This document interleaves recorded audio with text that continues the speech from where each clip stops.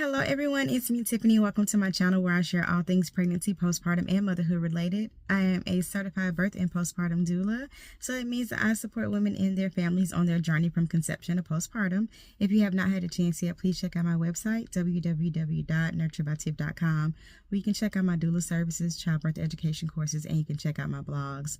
So it's kind of been on my heart lately to do a video on anxiety and being able to still like work and do things.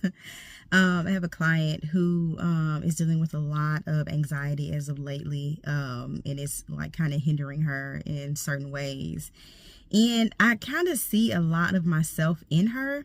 I myself have had my battles with anxiety for years now. I have been on different types of medications to kind of try to help me with the anxiety, but here within this last year I have not taken anything for my anxiety in over a year. I have not taken anything for my ADHD in over a year, and I have been able to use other coping mechanisms to kind of help me through it. Now, I'm not, please, in no way, shape, form, or fashion am I telling anyone that they need to stop taking their medication or, anything like that. It's just a personal decision that I made for myself because I just wanted to see if I could manage, without my medications. And so far, I have been good. But I do know that medications can make all the difference in how you function in everyday life. So if it is working for you, by all means, please, please, please do not, under any circumstances, stop taking your medication unless you are under the supervision of, because let me tell you, I'm in healthcare and I know sometimes we're not the best patients, and I'm not telling anybody to do this, but you can stop taking those medications and you can literally start glitching. You can, and I mean like feel like you're having like electric shocks or like out of body like experiences. You can start to develop like, suicidal ideation. There's a lot that goes with you deciding to stop taking your medication. So I am not in any way, shape, form, or fashion telling anybody to stop taking their medication, especially if you're not under the care of a provider that is able to kind of help you wean off and decrease your dosages and things like that. But like I said, it was a personal decision. I just wanted to see if I could manage without without it. And so far I have been okay. I still have my days where I am anxious, but I'm aware, like, okay, when I start to kind of feel anxious and feel like something's going on, I'm able to be more mindful and say, okay, Tiffany, well, this is what's going on, so let's bring it back down, or let's do some breathing techniques or different things like that. And it has been working. Now, there are some days where I'm just like out of commission. Like I'm having a day, and I think we all have days. And the next day, or a few hours later, I'm okay. I'm able to work through it and things like that. But it's just on a case by case, basis, person by person. Everyone is different. But she asked me, she's like, even with you being anxious, how are you still able to cope, and how are you able to still go about your day to day, And my anxiety had got so bad at one point that I was not even able to like go out. I couldn't go to malls. Like large crowds would just like wig me out. I would be so anxious and so nervous that something was going to happen. And I feel like it got worse after COVID. And I really wasn't the type of person that would, be out and about like that. Like I didn't do clubs and, I didn't do parties and things like that. I'm more so of a homebody. Like I will go out. I will, do dinner, movies, things like that. I mean, it was to the point where I couldn't even go to the movies. I was like, nope.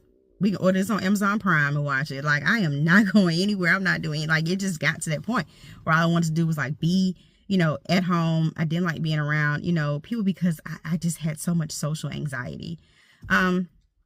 But with being a doula, and I also found myself, before I go into my first like prenatal visits, that first one-on-one, that first time I have to make my first initial contact and phone call and things like that, I get nervous. I worry about how people are gonna, perceive me, and things like that. And I think a little bit of it could be suffering from something called imposter syndrome, where you feel like, something, you got your craft down, you know it, but you second guess yourself and you're not sure, well, maybe I don't know as much as this other person knows about this topic, or maybe I don't, maybe I'm not as qualified as I think I am. But all of my clients that I have had thus far have not had, now watch me make this video when somebody has something bad to say, but it is whatever, you know, you can't please everybody. But I'm saying, I have not experienced anything yet where I've had someone to tell me that they felt like I was not there, or I did not, you know, was not able to help them with any of their needs, or, you know, anything like that. I always get positive feedback and things like that. But I always have to talk myself through it, and that's okay. You know, before I make that phone call, I'm like, okay, wait a minute. What if they don't want to do this, or what if they, you know, but it's always a Tiffany. It's okay. It's okay. And that's the thing that I'm learning when it comes to dealing with, you know, my anxious moments, learning how to say it's okay, because it literally is okay. It's going to be okay.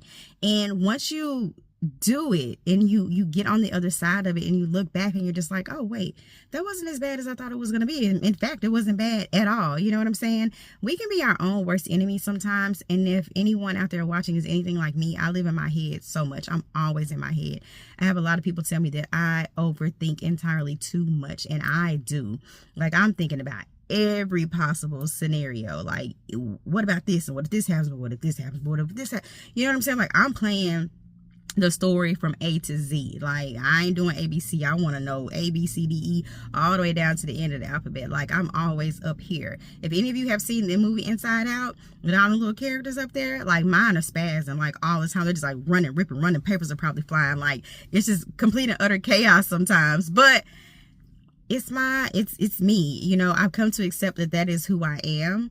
And I'm able to work better through it than I was a year ago, 2 years ago, 3 years ago. And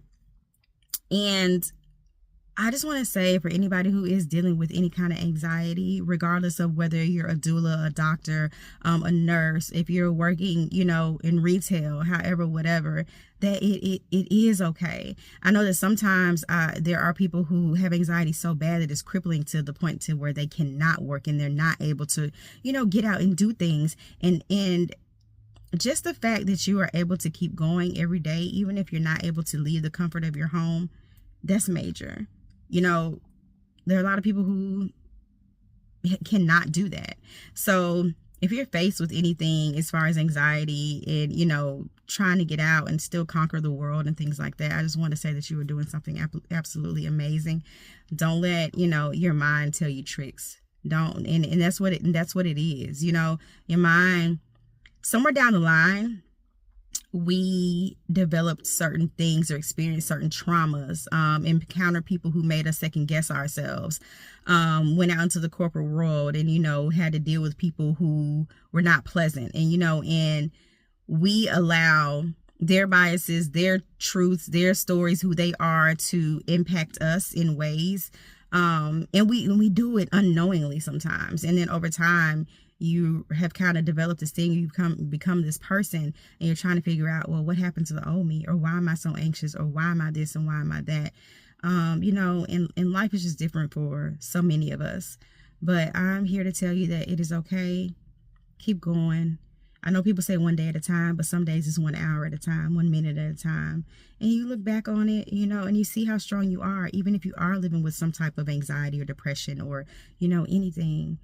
Just keep going.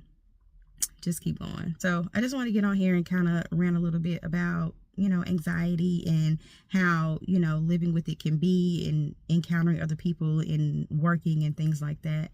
As always, comment, like, and subscribe. I'll catch you on the next one.